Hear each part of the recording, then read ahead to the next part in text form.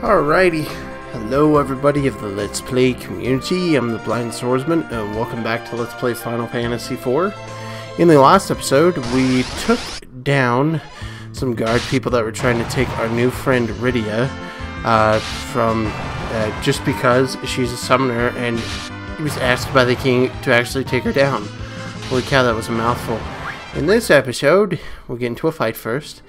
And we're heading to our next dungeon because we're trying to head to the next kingdom so that we can, figure out some more on that. So, honestly, for this first little part, I'm not really going to be talking about the enemy encounters that are in here because, honestly, the enemies in this part of the game are nothing really spectacular. So, anyway, honestly, for this part, I just put on auto battle and just take him to town because I've got Rydia up to level 8, which is where you should probably have her at this stage of the game. And so, basically, if you don't have Rydia up to this level, I wouldn't recommend moving on. So just grind out there. I would just grind right in front of the town and you should be good to go. So let's see here. Get up here and there's more treasure. We get a potion. Awesome. And we get a maiden's kiss. I don't remember what the other thing was, but we got something else before, so... But I went the wrong way. I was like, no, I want to get all the treasures, which didn't end up happening, but... Yeah, I'm a Dark Knight, and I might help you. What kind of an omen? Yep, he is definitely an old man, so, I mean, I bet he might be a sage. You never know. Wow, what? Who said anything about helping you fight a monster, dude? I said that I would come help you. So yeah, basically, Tellah's gonna join our party now. And, yeah, I gotta get better at that. I'm not actually gonna do the voices. I know I did them in the first 2 episodes. But I decided to change it up because there's so much reading in this game. And so I was like, no, I'm not doing it. So, I refused it. So yeah, basically, we got Tellah in the game. And, just letting you know, his, MP only goes up to 90. So yeah, just letting you know on that. Just make sure that you keep his ether status up, his MP status up as much as you can. Got an iron armlet. Ooh, we're getting some armor in this game. Now it's getting to the point where I'm cutting out the battles. So any battle you see, probably mostly from here on out, will be cut out. I think there's like 1 or 2 more battles that get cut out in this, or that get played. I don't remember, honestly. That one gets cut out. And that's the thing that sucks is, you have this sprint on, and I'm, constantly moving, kind of slowish, because I don't want the encounters to come through and screw me over, so. Anyway, there's going to be another battle coming up. I could just see it on my recording. I think it's right here. Yep, there we go. Beautiful. And I don't even remember what the battles were, so I can't really give you context on what happened. So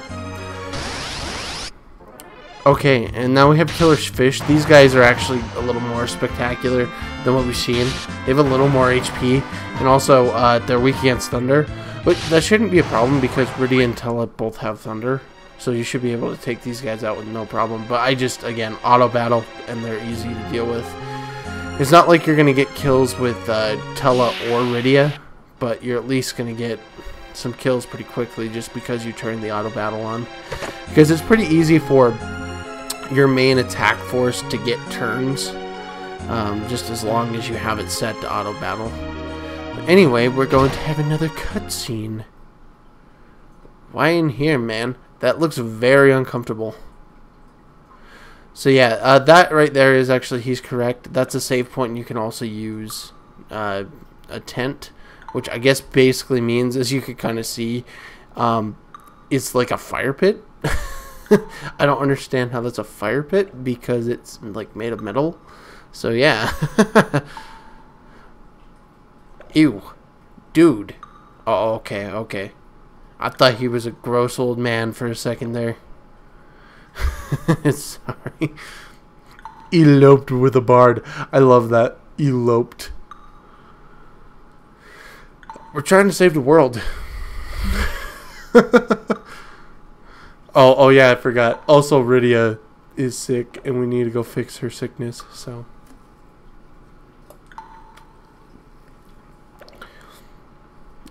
Yeah. I don't know if I want to get tentacled today. Today doesn't seem like a good day for tentacling. But anyway, now that we've made it through here, we can just go and be on our merry way. I think I get an encounter up here. I think it's a new enemy, if so. Actually, no, I don't think so. That ice rod there is pretty good for Rydia, especially for some of the monsters in here. Because there are some, like the toads, they're actually weak to ice. They're not weak to thunder like the rest of them. You would think so because it's more like a water-based dungeon. But no, they're weak against ice. And so I think I'm using potions, which I don't understand why. Like, I have this weird thing about RPGs that I have to be at like full health to move on. It's kind of ridiculous. So like in Bravely Default, that was one of the reasons why I was like, hey, why don't I just be like grinding up the whole time and turning on auto battle, then I can actually have health and not have to worry about it, which is kind of stupid to me, but oh well, it worked, I guess. Now we have red mooses, which I think they're weak to fire. Oh yeah, I do. No, I don't use it with Rydia, but I think I do with Tellah. Because for some reason I thought she knew fire, but then I realized that that's an important part of the story and a spoiler, so I'm not going to get into why she doesn't have fire yet, so. But yeah, red mooses, any like mooses or anything like that, they're usually weak against an elemental type, and that's usually the color that they are. But yeah, I hate going through these black parts because the black parts, like, you can't see where you're going, and it's easier to get in an encounter in here. So yeah, and especially if you're going into the hiding spots in the later dungeons that I'm actually on. Like, I'm actually currently almost to the end of the game as we speak. But that's the thing, is it just sucks because you know, you have so many encounters, and all these encounters just like are not very fun because they jack up the encounter rate. Like, the encounter rate is very inconsistent in this game for some reason. I really wish I would have fought those guys, because normally Cecil can't attack very well, but he killed one of them. So I was like, oh, well, I could have just done that. So zombies you can fight at this stage of the game. They're weak to fire. But because they're a dark enemy, Cecil really doesn't do that much damage to him. Maybe that's probably why I ran away, just to be safe. We get a bronze hourglass. Oh yeah, I hate this. So we got like the tiny mages and the like the water monsters that we saw earlier. They're just kind of like a reskinned water monster. And the water monsters aren't too bad. The tiny mages are jerks. I freaking hate them. And especially when you get later on in the game and you get their other forms that they've got, their more powerful forms, they suck. So, just letting you know that. And yeah, and they put you in holds. So I have to kind of wait here for a minute. Now I have to wait again because he's got us in a hold. So I'm like, okay, what do I do? Luckily, they don't do that much damage, so I just kind of like switched back and forth between auto battle at that point, and then Tellah took care of him. So, hold's one of the status ailments in the game that doesn't really do anything afterwards. I really should have had those guys set into the back, and I'm an idiot, and I don't know how I didn't notice this, because, oh yeah, I do notice it right here. I'm like, okay, wait, I should switch these guys to the back row. I don't know how it took me that long to do that. But yeah, the middle two rows are the back rows, generally speaking. And the middle one and the two outside ones are the front rows. So just to let you know. And so this is kind of cool. I've never seen a dungeon that goes outside and gives you really a break. But I don't need that crap. So let's go down there then and take care of business. Sorry if I sound delayed. I apologize. Alright. Cool. Now we're gonna finish out the dungeon. I think there's like a couple more treasure chests that I'm gonna get. And another enemy to fight. Which is, again, another reskin of an enemy we saw earlier. But they have a little more HP and they hit a little bit harder. But I believe these guys are also weak to Blizzard. So, there you go. They don't like being cold. That's uncomfortable for them. Okay, Hades helm, and then I think this is the Hades gloves. So, yeah, so we're getting like equipment for Cecil, and I just decided to just optimize, because you can optimize and it will switch out the weaker stuff and put the best stuff on your character. But if you don't really have enough space, because Final Fantasy IV is weird, and it's the only real Final Fantasy game I find to have limited inventory, which doesn't make it necessarily bad. I've played Earthbound and it's pretty bad, but yeah. Alright, now we have a boss. Why did I hold on so long for that one? Okay, folks, I'm back, and I actually had to go for a minute. I actually had plans that I hadn't made before, and so I was just in a rush, so I had to go. So I didn't really get to explain the boss fight very well. So basically, this boss fight is pretty much the most simple boss fight, in my opinion, my honest opinion, in the entire game. The reason being is because basically you only have to do a certain couple of things. First off, it's weak to electricity, so you can always use Tellah's Thunder Spell.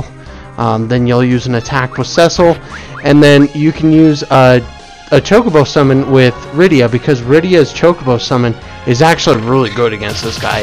So that's something I would really recommend, and as you can see here, I'm going to be using it a lot because it is a deadly, deadly beast of a thing. So, anywho, just all you have to do really is rinse and repeat. His legs, once they start to like minimize, or like he starts changing position, you know you're beating him up. And so we're getting to this point. I think there's like 2 more animations, or like 2 more sprites that he has that actually shows that he is dying and that he's almost dead. So once we actually finish this up here, I believe with a Thunder Spell, or it's probably going to be Cecil's attack. No, it's just the Chocobo one. He's really close to getting down. And it's weird because the Super Nintendo one doesn't really look that good. So obviously because it's a Super Nintendo. But like, yeah, he has like, yeah, it goes like this, but it looks really weird. Like there's no like art style at all. It's just kind of like, I don't know, stiff, I guess is what you could call it. Yeah, it just looks really weird. So, and I tried to see if maybe fried calamari was on the menu, but nah, because he's in water, it protects him. Excellent. He's weakening. I know I said I wasn't going to read them. I changed my mind. It's been like a couple weeks since I recorded that last few bits of commentary, so anyway, now we attack, and I think it's just a little bit more and then we should be done with this guy. He's a pretty simple boss fight, not gonna lie. So I don't show off Darkness because, again, I don't really think Darkness is a very good attack. It honestly just takes like damage off of you, and that's it, and does a weak attack. But anyway, come now, Damsian is beyond this waterfall. Alright, we got past the waterfall. We got out of the cave. We made it, guys. With that, folks, I'd like to thank you all for watching. I'm the Blind Swordsman. I will see you in the next episode of Let's Play Final Fantasy IV, where we're going to go do some stuff in Damsian. We're going to go to another dungeon in the next episode. And I think we meet a character or two. Just saying. Take care, everybody, and have a fantastic day.